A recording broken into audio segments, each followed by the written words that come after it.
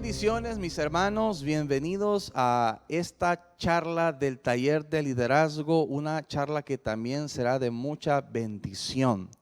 Queremos presentar nuestras excusas, disculparnos, ya que tuvimos un atraso con esta charla, ya que tuvimos un problemita técnico, pero gracias al equipo vamos a poder recuperar mucho contenido de esta charla y vamos a hacerle este anexo de introducción para lograr completar la charla del domingo pasado, que es esta charla que se llama El diezmo para un cristiano.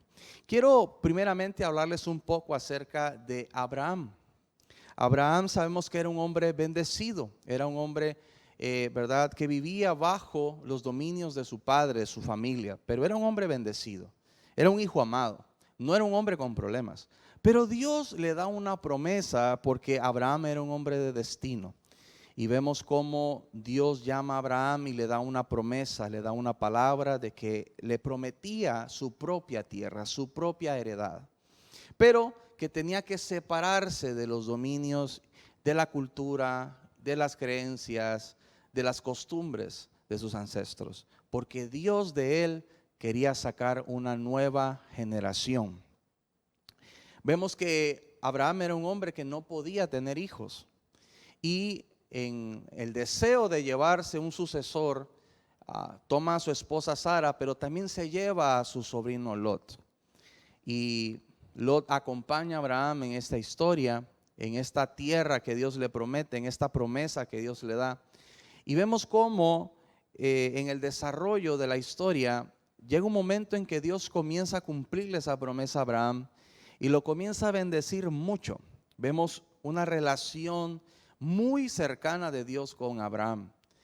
Y todos los que estaban bajo los dominios de Abraham también eran personas bendecidas. Todas esas personas que estaban en esa cobertura, todos sus criados, sus mayordomos, obviamente su esposa y también su sobrino Lot. Tanto así que llegó un momento que también Lot comenzó a ser bendecido y ambas bendiciones comenzaron a chocar. Y eso no preocupaba a Abraham, porque Abraham miraba a Lot como un hijo, pero sí a Lot. Y Lot vino con una propuesta que creo que de alguna manera ofendió a Abraham, porque le empezó a decir: hemos crecido, nuestros criados están peleándose, nuestros ganados se están confundiendo, y yo creo que es necesario que cada quien tome su lugar. Abraham, con mucho dolor, le dijo a Lot: donde tú tomes, yo tomaré el lado contrario. Si tú vas a la derecha, yo tomaré a la izquierda. Si tú tomas a la izquierda, yo tomaré la derecha. Ahora, esto nos habla de la persona de Abraham. Esto nos habla de la condición, de la generosidad, de que era una persona que nunca se movió por necesidad. Que Abraham no fue una persona que se movió por buscar riqueza, porque nunca le faltó. Pero en esta solicitud del sobrino podemos ver que su corazón era un corazón generoso. La promesa era de Abraham, quien tenía que escoger la mejor parte de la tierra, la mejor parte del ganado. Quien recibió el llamado y la promesa fue Abraham, no Lot. Pero Dios le dice: escoge tú lo que tú quieras, yo tomaré lo que quede. Porque en Abraham había una revelación, había un entendimiento, y es que él no tenía bendiciones, él era el bendecido. Lo que él tomara iba a ser bendecido. Y esto es algo que nos enseña mucho a nosotros, de no solo creer en las bendiciones de Dios, sino entender de que Dios, antes de bendecir nuestras cosas, primero nos bendice a nosotros. Y tener esa confianza que nuestra riqueza reside en la relación que tenemos con Dios. Pero vemos el resultado de un corazón confiado a Dios, un corazón generoso, un corazón agradecido, y le dice a su sobrino: toma lo que tú quieras. Por la historia sabemos que Lot tomó todas sus cosas, sus criados, y se fue a habitar las ciudades de Sodoma y Gomorra, como todos sabemos, ¿verdad? Y él habitó en esas ciudades. Allá él extendió su bendición. Pero poco tiempo después, estas ciudades entraron en guerra con otros reyes. Y parte de las víctimas fue la familia de Lot. Esto llegó a oídos de Abraham, que estos reyes habían llegado a Sodoma y Gomorra, lo habían destruido, habían tomado sus recursos y también habían tomado gente prisionera. Dentro de los prisioneros, el sobrino de Abraham, Lot. Y acá es donde Abraham se acerca a Dios en esta situación y le puede, invita a Dios a ser parte, así como en todo lo que hacía Abraham. A que Dios tomara parte. Y acá es donde yo quiero que no perdamos la riqueza, porque sé que esto ya lo sabemos todo, esta historia todos lo sabemos, pero no perder la riqueza de la historia.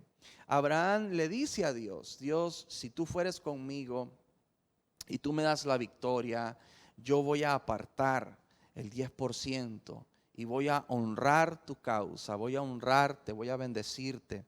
Ahora, no se habla de esta situación como que si fuese la primera vez que Abraham lo hace. Y esto es muy interesante. Parece que es una conducta de Abraham. Parece que este es un proceder, una manera en la que Abraham siempre actúa. Siempre en lo que hacía involucraba a Dios.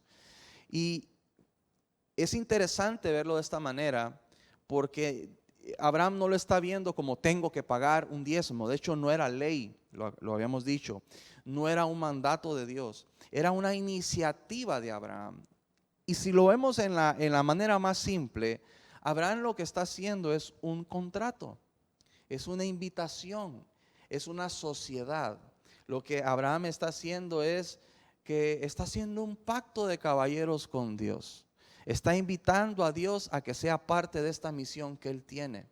Y esto si lo vemos de esa manera, si lo dejamos de ver de que hay que pagar el diezmo, si lo dejamos de ver como una ley, si lo dejamos de ver como una costumbre evangélica y lo vemos como un trato de caballeros, es la inteligencia y la correcta iniciativa de un hombre sabio, que sabe de que si él va a esta misión, tiene dos probabilidades: perder o ganar.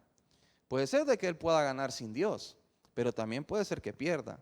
Entonces él busca a alguien más fuerte que él, busca a alguien con recursos ilimitados y lo invita y hace una sociedad con él y le dice: ¿por qué no vienes y juntos hacemos esta misión donde tú también vas a tener una parte?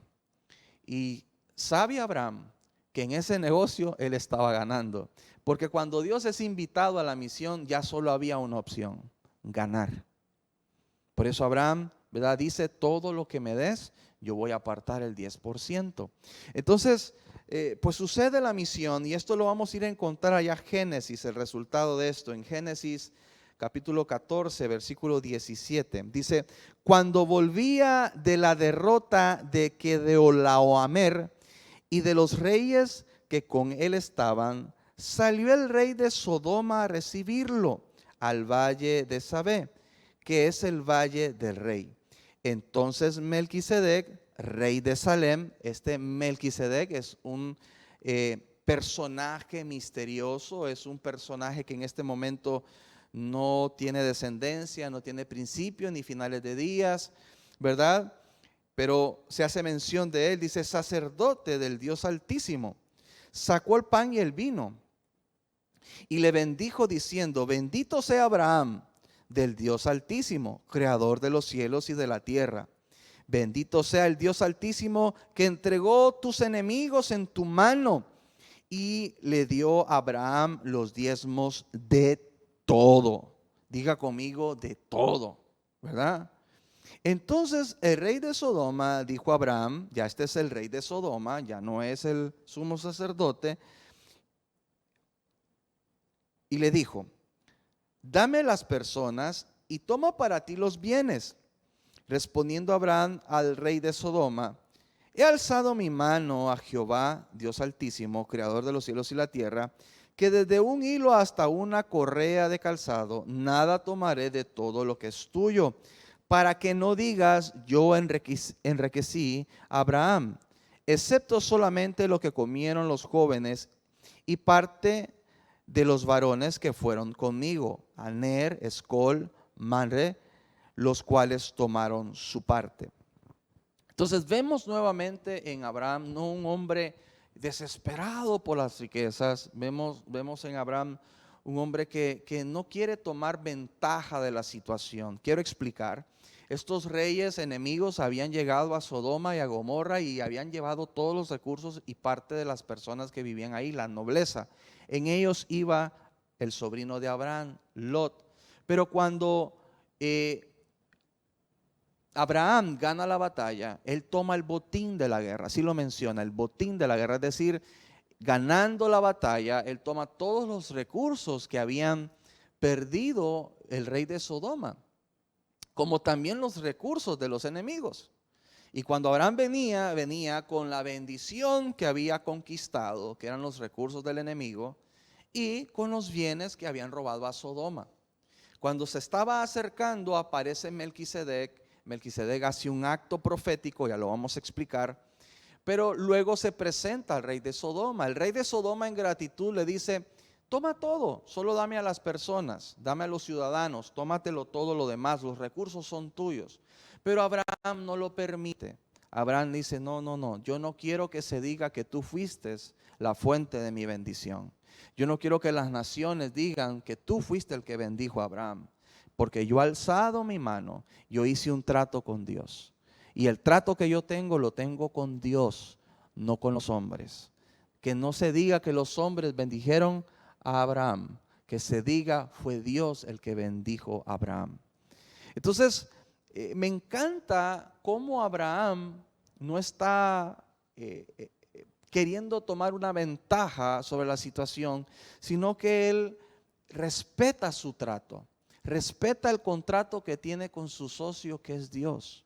Este Melquisedec que aquí aparece, que más adelante vamos a hablar de esta figura, cuando sale al encuentro con Abraham, le declara y le revela a Abraham, para que a Abraham no le quedara ninguna duda, que quien le había dado la victoria había sido Dios.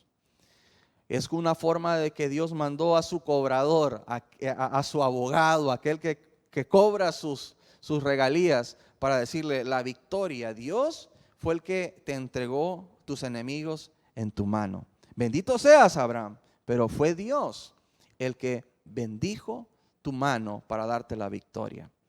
Y bueno, ahí es donde Melquisedec le entrega como fuera de tiempo pan y vino. Y sabemos que ese es el nuevo pacto, el pacto de misericordia, el pacto de gracia. Ahí estaban presentados los elementos de sacrificio de Cristo, su cuerpo y su sangre. ¿Por qué? Porque Abraham fue un hombre con una iniciativa fuera de tiempo. Por lo tanto, dice la palabra que el mayor es el que bendice al menor. Y este es un principio que nosotros tenemos que entender. Dios nunca va a permitir que nosotros le ganemos, porque Él es mayor que nosotros. Y es el mayor el que bendice al menor. Si Abraham tuvo una revelación antes de tiempo, pues Dios le entrega revelación antes de tiempo, siempre ganando en el trato de Dios. Es decir, siempre Dios bendiciendo al menor, que es Abraham. Algo que me impresiona es que Abraham reconoce a Melquisedec. O sea, Melquisedec sale y Abraham entrega los diezmos. Y esto es un dato interesante. Yo no quiero aquí decir que esto es Biblia, simplemente estoy tratando de discernir que la luz que nos da la palabra dice que Abraham le entregó los diezmos, le recibió el pan y el vino y le entregó los diezmos. Es decir, este personaje místico, para los que estamos leyendo las escrituras, es místico y desconocido. Pero vemos que Abraham lo reconoció.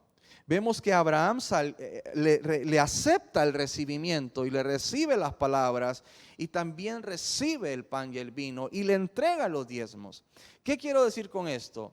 Que aunque sea la primera vez que se hace mención en las escrituras, no es primera vez que Abraham lo hacía, porque Abraham lo reconoció. Significa que Abraham tenía ya esta costumbre, ya Abraham tenía este hábito de invitar a Dios a los proyectos en los que él iba a iniciar. Y eso nos enseña a nosotros algo muy importante para poder comprender el diezmo. Primero, nace antes de tiempo, antes de ley. No es una obligación y no es ley. Ahora, Abraham no diezmó para evitar una maldición. Abraham diezmó para asegurar la bendición. Y se nos ha enseñado por mucho tiempo el diezmo y la ofrenda como un acto de temor, como un acto de que si no lo hago me maldicen, si no hago me va a ir mal, si no lo hago me van a despedir, si no lo hago no me va a ajustar el dinero. Nos lo han enseñado como una manera de evitar la maldición. Pero Abraham nos revela que el acto del diezmo es para asegurar la bendición. Es decir, el acto del diezmo no es un principio de cómo evitar maldiciones, es un principio de riqueza, de bendición, de victoria, de triunfo. Y de esa manera lo tenemos que ver. Así es en su principio. Sabemos que después, cuando en Levítico se habla de la ley, viene como ley, se hace ley, se vuelve un mandamiento, pero en la manera en que se originó, en la manera de la iniciativa de Abraham, de la intención de Abraham, no fue evitar maldiciones, fue buscar la bendición. ¿Y quién nos lo enseña? Un hombre bendecido, un hombre victorioso, un hombre rico, un hombre agradecido, un hombre generoso. Entonces, partamos de ese punto, partamos que el diezmo no es una manera de cómo evitar la maldición, es una manera de cómo ser bendecido. Para lo demás, vamos a continuar viendo este video que se grabó el domingo pasado, donde recibíamos la charla. Dios los bendiga a todos y les animo a presentar siempre sus resúmenes y sus devocionales. Seguimos. Muy bien. Entonces estábamos hablando, chismerío santo, luz verde ya, ok, que lo que hizo Abraham fue un pacto, un contrato. Dios, si yo voy solo, yo voy con el riesgo de poder ganar y poder perder. Pero si yo voy contigo, yo sé que yo voy a ganar. ¿Cuántos quieren emprender? ¿Qué quiere? ¿El riesgo de poder ganar o poder perder? ¿O quiere ganar? Haga un contrato, no con el pastor, no con la iglesia, hágalo con Dios. Entiéndase que Dios no va a bajar del cielo a agarrar lo que es de Dios. Siempre va a haber un Melquisedec que se lo va a recibir. Aquí en Melquisedec aparece todos los domingos, todos los martes cuando se puede. Amén. Entonces hace un trato y eso es lo que hace un pacto. Entonces Abraham sabía permanecer en pacto con Dios. No un pacto místico de que si usted hace tal cosa, pues no. Un pacto es un trato. Señor, yo doy mi palabra y yo sé que tú eres un Dios de pactos, yo sé que tú eres un Dios de palabra. Y si tú vas conmigo, yo voy a bendecir tu causa. Entonces Melquisedec toma los diezmos porque obviamente en ese tiempo no había iglesia. En ese tiempo no había evangelio, en ese tiempo no había más nada que una correcta iniciativa de un hombre. Que Dios no le dijo, ¿y qué es eso? ¿Y qué son esas ideas? Dios le dijo, ¿querés entrar en mi tiempo? Yo te permito entrar en mi tiempo. Yo hago que se te aparezca Melquisedec. Yo te lo mando. ¿Cómo Abraham reconoció a Melquisedec? ¿Por qué la Biblia no dice, y Abraham vio a este personaje y le llamó la atención y le preguntó, Señor, ¿quién eres? ¿Por qué le tomó el vino y el pan? ¿Será que no era la primera vez que lo miraba?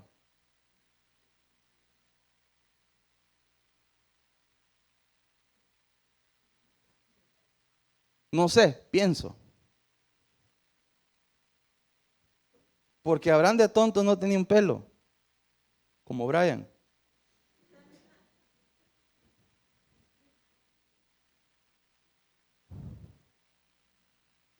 Si es primera vez que se le aparece, un huecho. ¿Y quién sos vos? No, entregadito, le recibe la bendición y aquí está.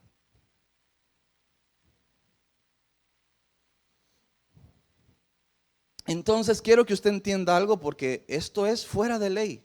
Esto es antes de la ley. Aquí no, la ley ni se asomaba por el tema de la ley, ¿verdad? Que todos estamos ahí peleando con ese tema de la ley. Ahora yo le explico. Esto es antes de la ley. Pero después de Abraham viene, ¿quién es el hijo de Abraham? El hijo de la promesa, Isaac. Y de Isaac sale Esaú y Jacob. Jacob es el que tomó la primogenitura. ese nieto de Abraham que sabía las historias de su abuelo. Y sabía que su abuelo era un hombre muy rico, muy bendecido, un hombre que en todo lo que hacía le iba bien. Y este Jacob, que puso atención a las historias de su abuelo, dije, yo sé que Dios bendice doblemente al que es primogénito. Yo quiero que usted sepa que Jacob no quería ser primogénito solo por ser el primero.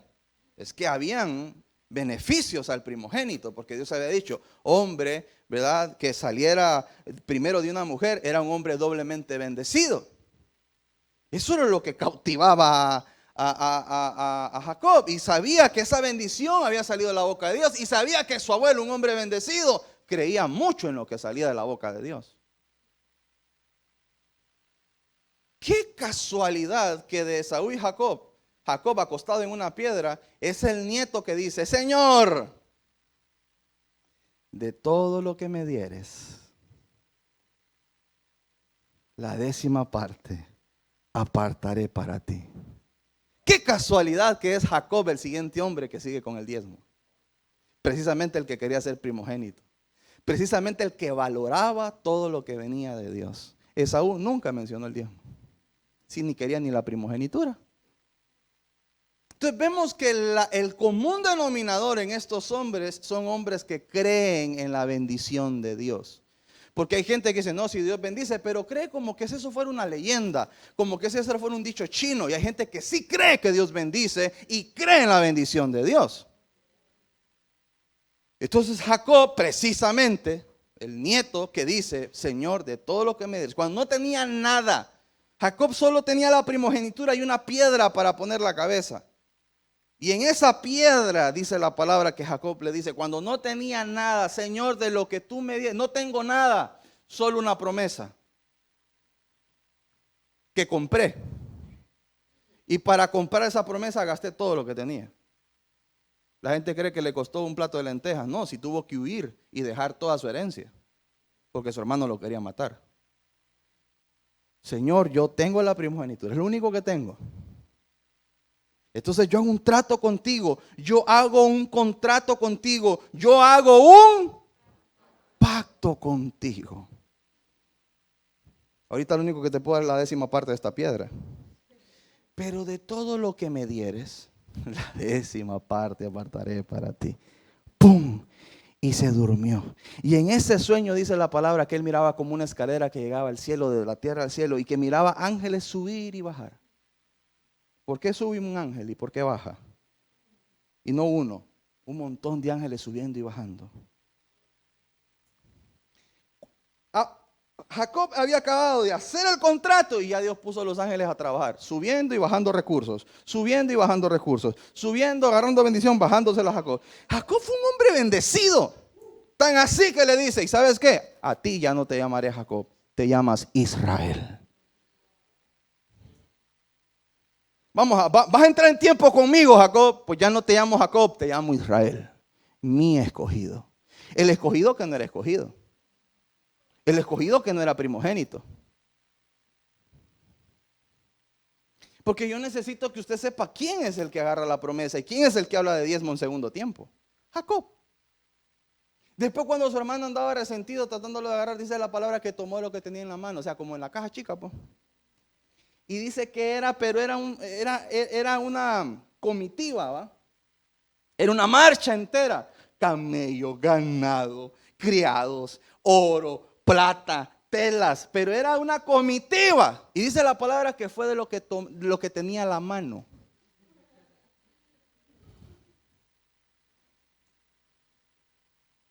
Porque Esaú lloraba por los recursos que había perdido. Jacob compró lo que Esaú no le dio valor. Entonces de Jacob salen las 12 tribus. ¿Sí? Y de las 12 tribus está la tribu de Leví, que son los levitas. En esas 12 tribus también está la tribu de José. Ese José que cuando los hermanos, envidiosos, lo vendieron. Quiero que me siga la línea de tiempo. Lo vendieron, llega a Egipto y en Egipto lo hacen esclavo de Potifar, ¿se acuerda? José el soñador, ¿sí? Y entonces José estando allá, Dios lo bendice, le da revelación de sueños. Y usted conoce la historia. En tiempos difíciles, él fue el líder quien lideró la misión de poder rescatar a la humanidad de una hambruna. Y los hermanos de José, buscando comida, llegaron a Egipto para encontrarse nuevamente con él, ser apoyados y ayudados por la hambruna que había, pero y se quedaron en Egipto. ¿Está conmigo todavía? Y estando en Egipto pasaron 430 años. ¿Para qué? Bueno, ahí pasó muchas cosas. Por mucho tiempo ellos vivían en Egipto como ciudadanos, como personas bien recibidas. Pero hubo un faraón que se le ocurrió hacerlos esclavos. Luego por años son esclavos. Y luego siendo esclavos aparece un libertador que se llama Moisés. Tienen que ir a la escuela dominical, hermano. Moisés. Y este Moisés se le encomienda la misión de volver a la tierra que era de Abraham. La tierra prometida, la tierra que era de ellos, la que habían abandonado más de 400 años. Y vuelven. ¿Sí? ¿Me está siguiendo? Acaba de pasar la Semana Santa, hermano, ¿no vio la de Moisés? Y vuelven. Y cuando vuelven, Dios, para poder entrar a la tierra prometida, les da una ley. Les da 10 mandamientos en el monte Sinaí. Y luego les da 600 y pico de preceptos en el libro precisamente de Leví. ¿Se entiende? Pero ¿por qué fueron los levitas escogidos, la tribu seleccionada y apartada para el sacerdocio? Porque cuando en el monte Sinaí, ¿se acuerda usted cuando Moisés, entre comillas, se tardó y no bajaba? Poco se tardó ese pueblo infiel para comenzar a hacer fiesta y adorar a otros dioses. ¿Se acuerda del becerro? La única tribu o la mayoría de personas que no adoraron y no se inclinaron ante falsos dioses, ¿sabe qué tribu fue? Leví. Fue la tribu que se apartó y dijo, nosotros no vamos a adorar a otros dioses. Cuando Dios vio eso, los escogió. Todavía no había ley. La estaba recibiendo Moisés allá arriba. Pero Dios vio la fidelidad de ellos. Dios vio cómo se consagraron, cómo en ellos, en esa tribu, precisamente la gente de esa tribu tenía algo en su corazón especial, que no se inclinaron a otro Dios, sino que se guardaron y se alejaron. Y Dios dijo, bueno, esta va a ser la tribu que me va a representar a mí. Y eso está en Levítico 27, versículo 30. Y el diezmo de la tierra, así de la simiente de la tierra, como del fruto de los árboles de Jehová, es cosa dedicada a Jehová. ¿El qué? ¿De qué? De todo. En palabras sencillas. Todo lo que sale de la tierra. 31. Si alguno quisiere rescatar algo del diezmo, añadirá la quinta parte de su precio por ello. O sea que aquí hay intereses. Y todo diezmo de vacas o de ovejas y de todo lo que pasa abajo de la vara del diezmo será consagrado a Jehová. No mirará si es bueno o malo, ni lo cambiará. Y si lo cambiare, él como el que se dio en cambio será cosa sagrada. No podrán ser rescatados.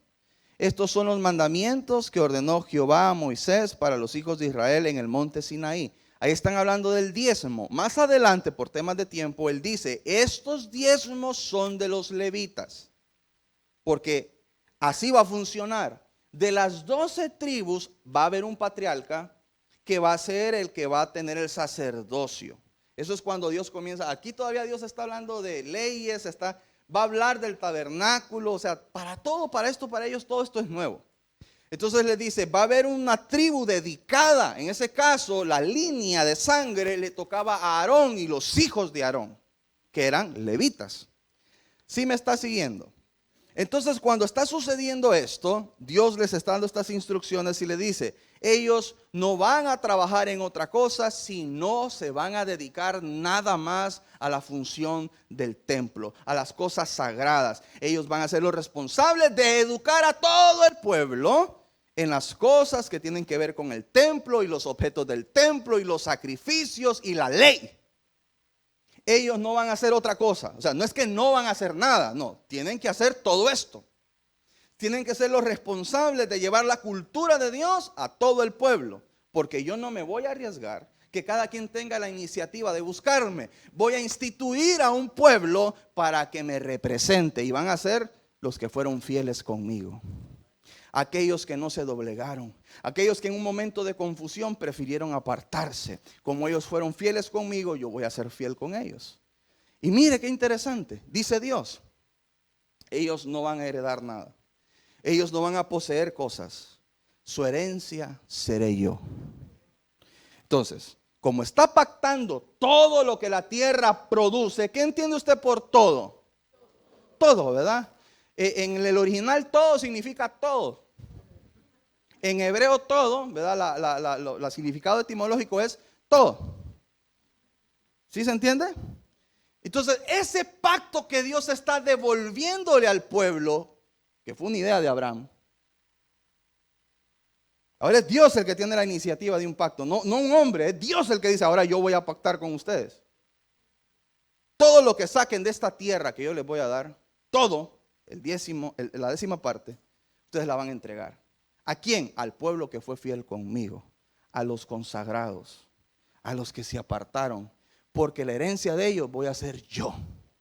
Ahora, ¿qué pasa si Dios pacta con el hombre el diezmo para bendecir a sus apartados y la gente no diezma?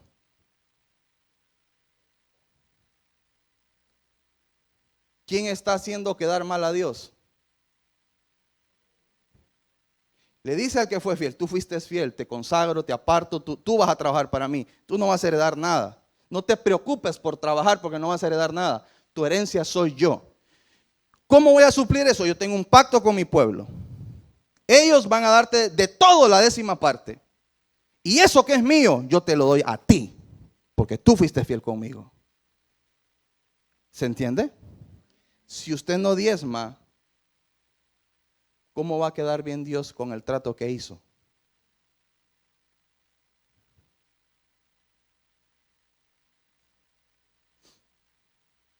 ¿Va a hacer quedar mal a Dios?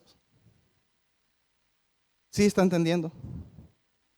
Entonces, así lo hizo Dios, así lo resolvió Dios. Y eso queda como ley. Ya aquí no era una idea, porque este no era el hombre haciendo un pacto con Dios, este es Dios haciendo un pacto con el hombre. Y Dios es eterno. Dios no muere. Sí lo sabe, ¿verdad? ¿Cuándo muere el pacto entonces? Yo que sepa, Dios no cambia de opinión. Él es el mismo ayer, hoy y... Entonces cambió eso. No, ¿verdad? Muy bien, pero tranquilo. Eso es ley todavía. Y se vuelve algo prácticamente legal. O sea, esto es ley. Esto es, si no lo haces, tenés consecuencias. Aquí sí hay maldición. Pero Dios no lo hizo para maldecir. Dios lo hizo para bendecir. Cosa consagrada y apartada será esta para Dios. Para que Dios bendiga. ¿Para qué? Para hacer vivir en pacto al pueblo. Para tener un contrato. Que la bendición no sea una idea subjetiva, sino que la bendición sea un pacto, una promesa, una palabra de Dios con el hombre y del hombre con Dios. Dice amén. No es para evitar una maldición. Dios no hizo el diezmo para evitar maldición. Dios hizo el diezmo para bendecir.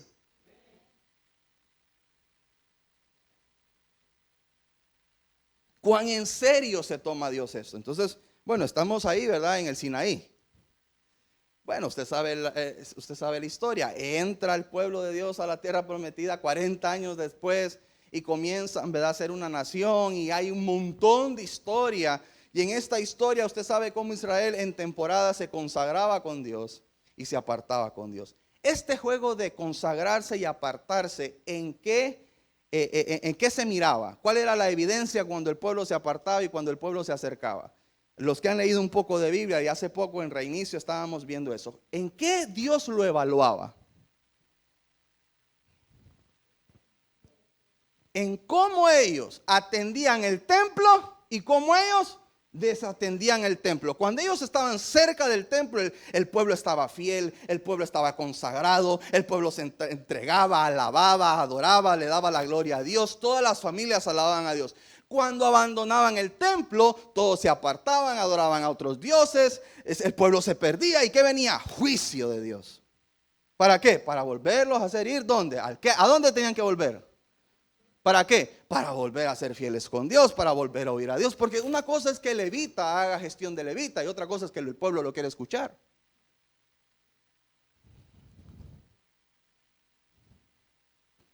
Porque por muy bien que el levita haga su trabajo, si el pueblo no quiere, no hay manera. Levitas siempre han habido. Templos siempre ha habido. Pero también hay un pueblo que lo abandona. También hay un pueblo que siempre en medio de la bendición cree que él es sabio en su propia prudencia. Eso de ir a la iglesia no es tan necesario. O sea, yo terminé mi carrera y no estoy yendo a la iglesia. A mí me acaba de salir una oportunidad de trabajo y yo no estoy yendo a la iglesia. O sea, que no es como que el pastor, como dice el pastor.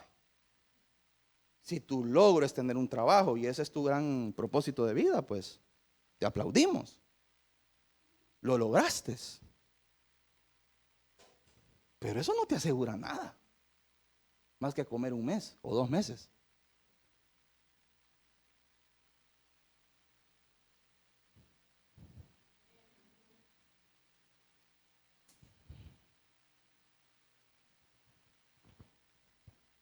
Me encanta esta charla a mí. Entonces, el pueblo se acercaba así, entonces Dios juicio los hacía volver. Ok, así te gusta Israel, así que te gusta a vos. Doblegadito. Bueno, aquí está el templo, atiéndamelo. Y sí, lo volví a atender, se alegraba a Dios otra vez y después en la bendición se alejaban. ¿Qué tan serio se tomaba Dios este tema del diezmo? Vamos a buscar Malaquías 3 para que lo lea con nuevos ojos. Porque yo sé que tiene el tiempo que tiene de cristianos, se lo están dictando todas las veces, ¿verdad? Pero léalo con otros ojos. Malaquías 3:10. Perdón, vamos a leer del 8. Dice así Dios, hablándole a su pueblo, a Israel. Esto es casi antes de los 400 años de silencio. ¿Robará el hombre a Dios? Pues vosotros me habéis robado. Y dijisteis, ¿en qué hemos robado? En vuestros diezmos y ofrendas. Malditos sois con maldición, porque vosotros, la nación toda, me habéis robado. ¿Cuántos robaron? Traed todos los diezmos al alfolí. ¿Y hay alimento en dónde? ¿Y cuál es su casa? Y probadme ahora en esto, dice Jehová de los ejércitos, si no os abriré la ventana de los cielos y derramaré sobre vosotros bendición hasta que sobreabunde. Ya yo miro a un Dios frustrado. Porque este es un pueblo que en el transcurrir del tiempo las generaciones fueron viendo el diezmo de obligatorio a opcional. Como ahora que hay líderes que no diezman y predican de diezmo. Cosa más divertida. Entonces dice, toda la nación me ha robado. Y no pone y no le preguntan a la nación. Y ustedes dicen en su pensamiento, y ustedes dicen en su corazón, así todos extrañados, ¿en qué le hemos robado al Señor? ¿Cómo que en qué? Ladrón. En tus diezmos y tus ofrendas. ¿Acaso no hicimos un pacto en el Sinaí? ¿Acaso tengo Alzheimer yo? ¿Acaso yo soy de doble ánimo, dice el Señor? ¿Acaso no hice impacto contigo? ¿Acaso no te he rescatado en toda la historia? ¿Cómo que en qué? En tus diezmos. Y no solo dice diezmos y ofrendas, porque aunque la ofrenda lleva la palabra voluntaria, lo mínimo que Dios espera es gratitud. O sea que la idea de que la ofrenda es voluntaria, si lo quiere tomar usted así, pues Acá Dios dice que le robaron en ofrendas también. Si fuera voluntario, no fuera robo.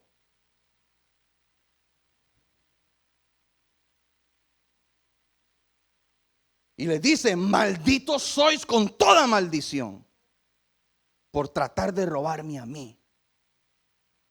¿No miran que con eso yo cumplo un pacto que tengo con un pueblo? Con eso yo cubro las necesidades de la gente que se dedica su vida a mí. Yo tengo que honrar ese pacto. Y por un pueblo infiel no lo puedo cumplir. Yo amarré la situación y se tiene que cumplir de esa manera. Yo bendigo a mi pueblo escogido, a mis levitas y a mis consagrados con lo que ustedes me dan, porque yo los bendigo a ustedes. Porque ustedes pueden trabajar, porque ustedes pueden soñar, porque ustedes tienen cielos abiertos. Ellos tienen que dedicarse a mí. Y no puede ser mejor negocio ser doctor, ser abogado, ser astronauta, que servir a Dios.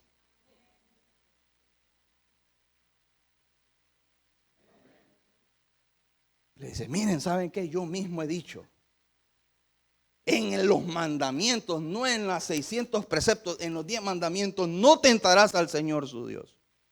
Pero como veo que ustedes sirven al Señor riqueza, pruébenme a ver si no les voy a cumplir.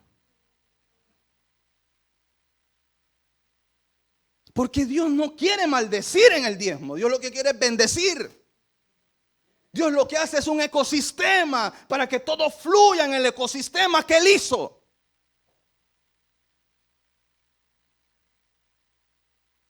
Pero no, Dios considera en un ecosistema fidelidad, no infidelidad. Cuando en el ecosistema de Dios hay infieles, lo que pasó fue que el ecosistema se degeneró. ¿Sabe usted cuando hay un animal, cómo se dice? Cuando hay un animal que deja de existir. Se extingue un animal, ¿sabe usted cuándo? Cuando hay un error en el ecosistema. Hay un error, hicimos algo que no teníamos que hacer y ese animal es afectado. ¿Qué sé? Tocamos algo en la cadena alimenticia y ese animal fue afectado y desaparece. ¿Qué cree usted que va a pasar si desaparece el diezmo? ¿Qué es lo que va a desaparecer? Las discotecas. ¿Qué es lo que sustenta el diezmo? ¿Qué cree usted que va a desaparecer? ¿Sabe usted estadística? ¿Sabe usted que solo el 17% de la población cristiana realmente diezma en la actualidad? Y de ese 17% son la gente que dicen que lo hacen. Del 17% solo el 5% realmente lo cumple. Y solo el 3% de ese 5 diezma y ofrenda. Qué casualidad que el mundo está como está, hermano. ¿Será que está afectando?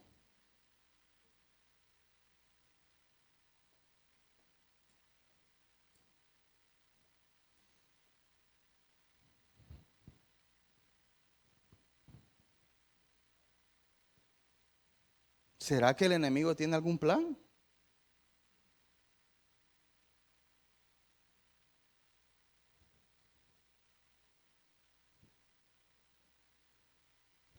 Aquí hay gente levita. Aquí hay gente que vive de los diezmos que usted da. No solo los pastores. Ya hay un equipo. Por favor, si usted trabaja acá en mi equipo de la iglesia, póngase de pie, por favor. No están todos, pero los que estén, pónganse en pie.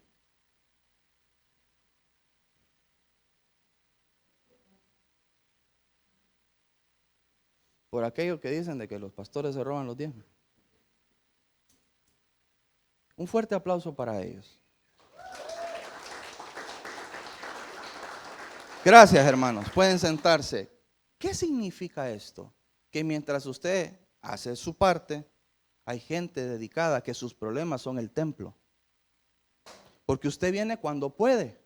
Usted viene cuando quiere. Ellos están acá porque es su forma de vida. Yo no sé, yo quiero un ministerio de intercesión a tiempo completo acá. Pero no van a vivir de pastelitos de aire.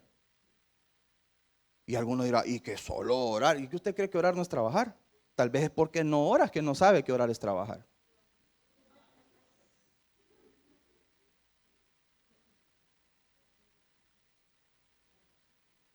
Aquí queremos un pueblo, aquí queremos un pueblo de levitas. Aquí queremos profetas dedicados a la escuela profética para que cuando usted venga le cuente lo que le viene.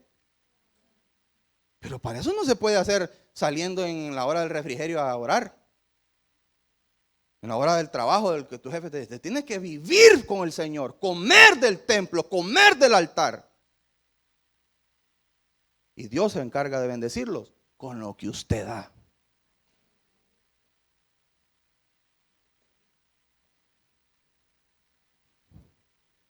Entonces, ahora claro, estamos en ley. Yo sé que algunos están, pero eso es ley, pero eso es ley. Ahorita le quito la ley, espere.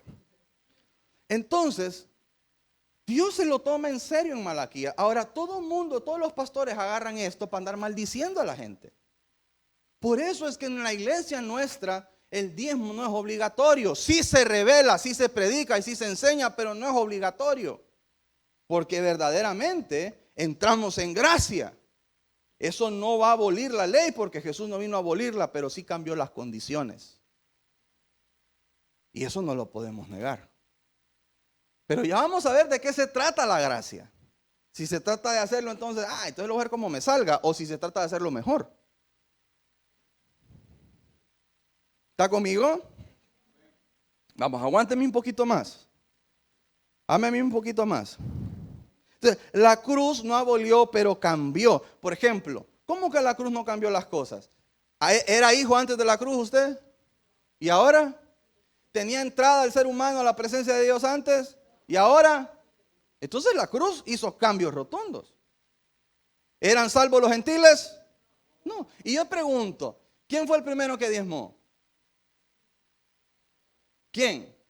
¿Y Abraham qué era? ¿Qué era? ¿Qué era? ¿Qué era? Gentil. No era judío. O sea que el primer hombre en diezmar no era un judío. No era ley entonces. Era un gentil como usted.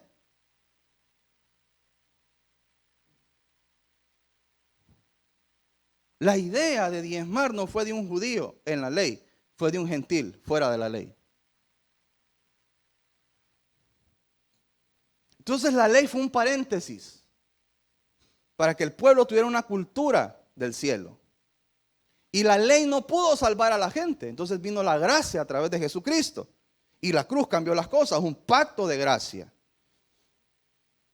Pero Jesús entra y empieza a decir, ok, yo no vine a abolir la ley, yo vine a cumplirla. Y esto no lo vamos a buscar en la Biblia porque usted se lo sabe. Fue dicho por Moisés, no codiciarás la esposa o la mujer ajena. Mas yo os digo, que solo lo pienses, toma como adulterio. Entonces Jesús vino a bajar o a subir la vara. Les enseñó Moisés que no vas a poder, que no debes de matar a tu prójimo. Mas yo digo, aquel que tenga sentimientos en contra de su hermano en su corazón, le es considerado como homicidio. Entonces Jesús vino a bajar la vara o a subirla.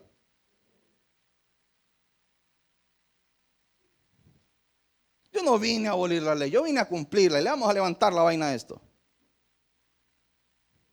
¿Está conmigo? Entonces vemos a un Jesús diciendo, Moisés les enseñó esto, yo les voy a enseñar cómo es. No solo hacerlo, solo pensarlo.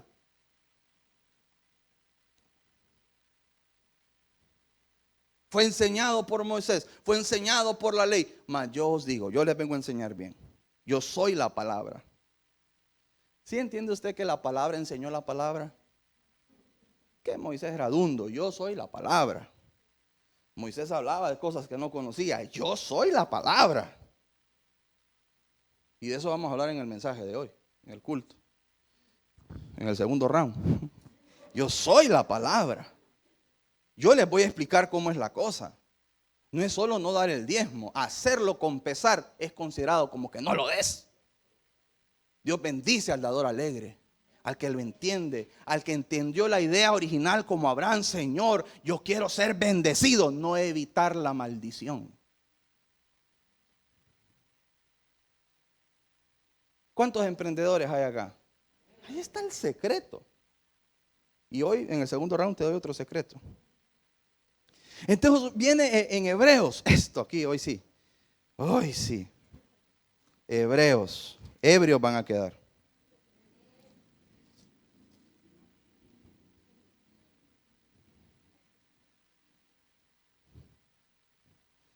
Hebreos 7, del 1 al 12. Entonces, en el tiempo de gracia, y viene esta confusión de la gracia donde la gente cree que la gracia contradice la ley, que no tiene que ver absolutamente nada, es cierto en eso. La gracia no contradice la ley. Yo voy a explicar, la ley es buena. Y ley no tiene que ver con legalismo y religiosidad. La ley es el consejo de Dios al hombre. Digo, no matará sigue funcionando. No robará sigue funcionando. No sé si usted sabe, pero todas las leyes de los hombres parten desde la ley de Moisés. La ley funciona. El primer abogado fue Dios, el primer juez fue Dios. La ley funciona y la ley es el consejo de Dios a los hombres.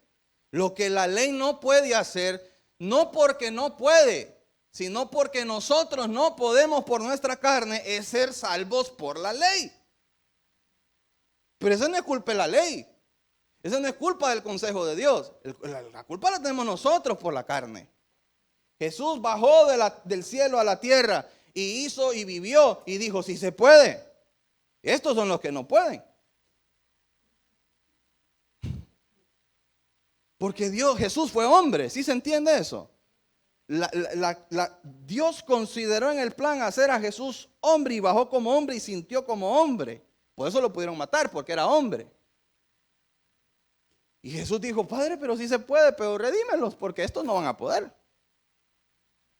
Pero la ley, Jesús vino a cumplir la ley. Él sí la cumplió toda, todos los preceptos, sin ningún tipo de problema. Entonces, la ley no tiene nada de malo. Por los que dicen, es que el diezmo es de la ley, como quien dice, por ser de la ley no se debe diezmar. Pero digamos que tuviera sentido lo que dice, pero la ley no es mala, la ley es buena. Lo que la ley no hace, no porque no pueda, sino porque nosotros no podemos, es salvar a alguien. Y somos salvos por la gracia de Jesús. Porque Él sí lo logró, porque Él sí pudo. Entonces comienza el evangelio a avanzar y en el concilio que hace poco vieron ustedes en la prédica de la gracia los martes que están invitados, ese problema se resolvió ahí. Y lo que dicen es, miren, no sigamos pidiéndole a los gentiles que hagan la ley porque ellos no son israelitas, ellos no recibieron este contrato en el Sinaí, ellos no estaban ahí. El contrato es con nosotros.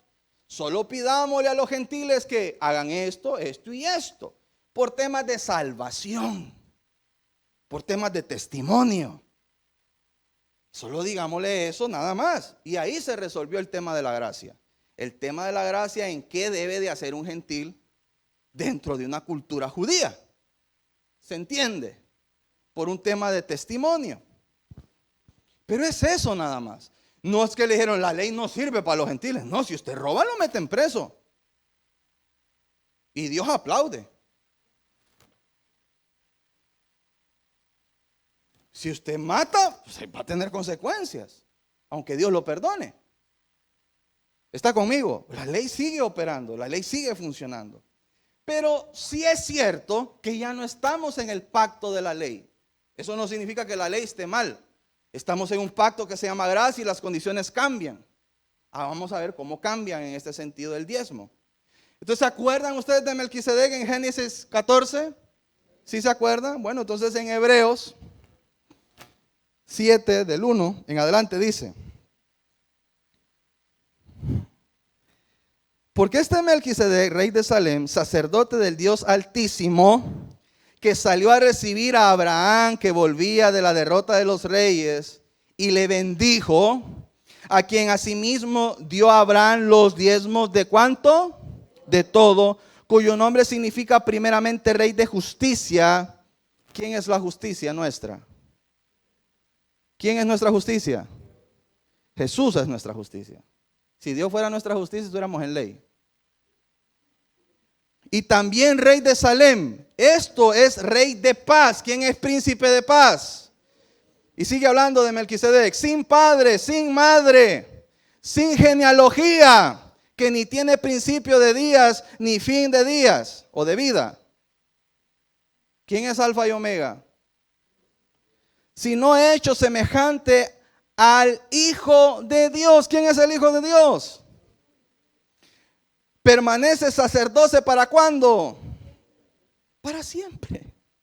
Considerad pues cuán grande era este, a quien aún Abraham el patriarca dio diezmos del botín. Ciertamente los que entre los hijos de Leví reciben el sacerdocio tienen mandamiento de tomar del pueblo los diezmos según la ley. Miren qué lindo.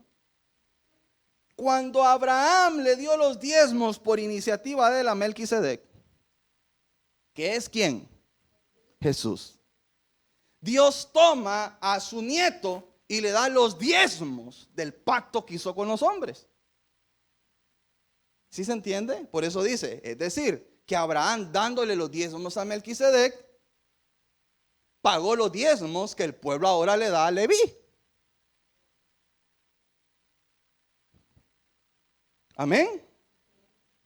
Ahora dice que, bueno, esto, ahora dice, los levitas viven de esto, ¿verdad? Él está hablando de eso. Dice, ciertamente en el 5, los que entre los hijos de Leví reciben el sacerdocio tienen mandamiento de, ¿qué tienen? Mandamiento de, esto todavía es ley, ¿verdad? Tomar del pueblo de los diezmos según la ley. Estamos en ley todavía ahí, ¿verdad? Es decir, de sus hermanos, aunque estos también hayan salido de los lomos de Abraham. Pero aquel cuya genealogía no es contada de entre ellos, porque es Jesús, tomó de Abraham los diezmos. O sea, ¿quién era Melquisedec entonces? Y bendijo al que tenía las promesas. ¿Quién tenía las promesas? Y sin discusión alguna, el menor es bendecido por él. El día que Abraham entregó los diezmos y Melquisedec entregó el pan y el vino, ¿quién bendijo a quién? Jesús a Abraham, porque el mayor bendice al menor. Y aquí ciertamente dice, reciben los diezmos los hombres mortales. ¿Dónde? En la tierra, ¿va? Pero allí, uno de quien se da testimonio de que vive. Y por decirlo así, en Abraham pagó el diezmo también Leví, que recibe los diezmos. Porque aún estaba en los lomos de su padre cuando Melquisedec le salió al encuentro. Es decir, cuando Abraham, honró a Melquisedec, Leví estaba ahí, en sus lomos. Y Dios dijo, de esta simiente voy a bendecir a Isaac, voy a bendecir a Jacob, y de Jacob las 12 tribus, ¡rum!, al fiel Leví, porque su bisabuelo pagó los diezmos. Porque Dios no se olvida. 11.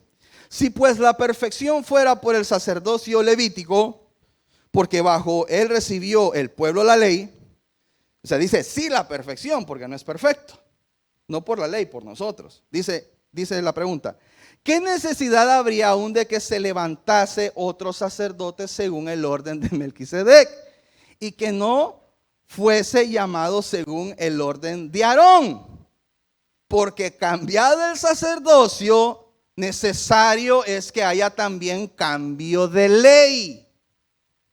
Pregunto, ¿cambió la ley? Sí, porque cambiaron al sacerdote. Explico. Lo que está diciendo es, ¿qué sentido hay que haya otro ordenamiento? Ordenamiento es constituir a una persona, instituir a una persona. ¿Para qué? Si ya está Leví, ya está Aarón. Pero como va a haber cambio de ley a gracia, o sea, cambia la ley, porque la gracia también es una ley, entonces es debido a que hubo cambio de sacerdote. Ya no es Aarón, ya no es Leví. ¿Quién es ahora el sacerdote? Melquisedec. Dice, un sacerdote del orden. Orden viene de ordenamiento de Melquisedec. Sumo sacerdote de la gracia, cuando no había ley. Entonces, al cambiar el sumo sacerdote, no puede seguir la misma ley levítica. Cambia entonces a la ley de la gracia. Si cambian de sacerdote, se cambia la ley. Y ahora es la gracia. Pero pregunto, ¿seguían hablando de diezmos? Esa es toda la situación ahí. ¿A quién se le van a entregar y por qué se le va a entregar? No, ya no se le va a entregar.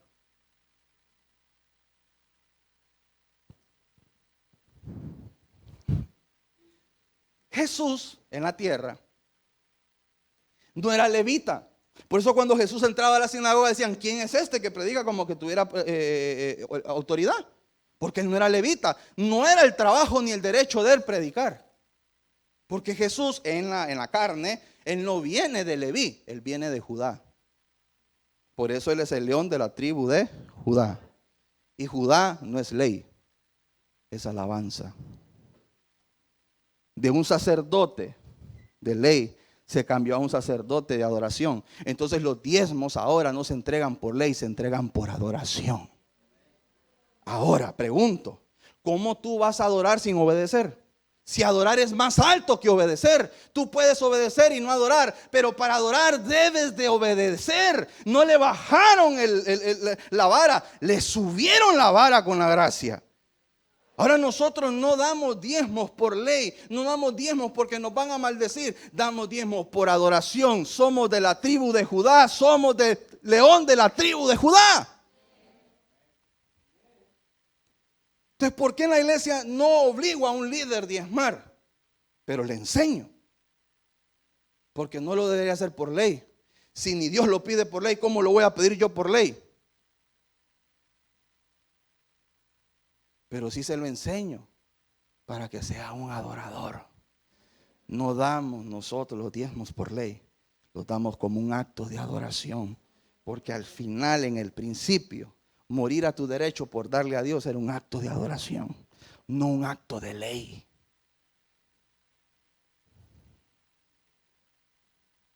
Ahora, eso la gente lo toma de la siguiente manera. Ah, entonces no hay que darlos. Ah, entonces no hay que diezmar. Si eres infiel, no lo hagas.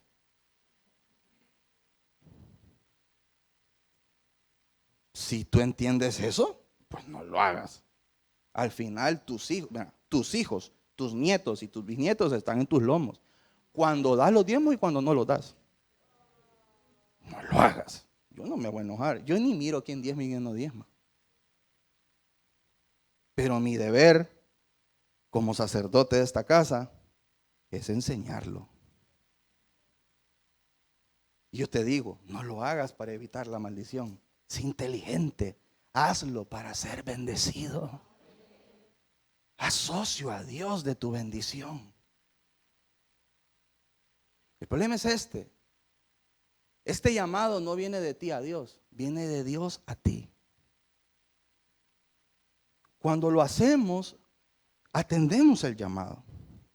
Y cuando no lo hacemos, desatendemos ese llamado.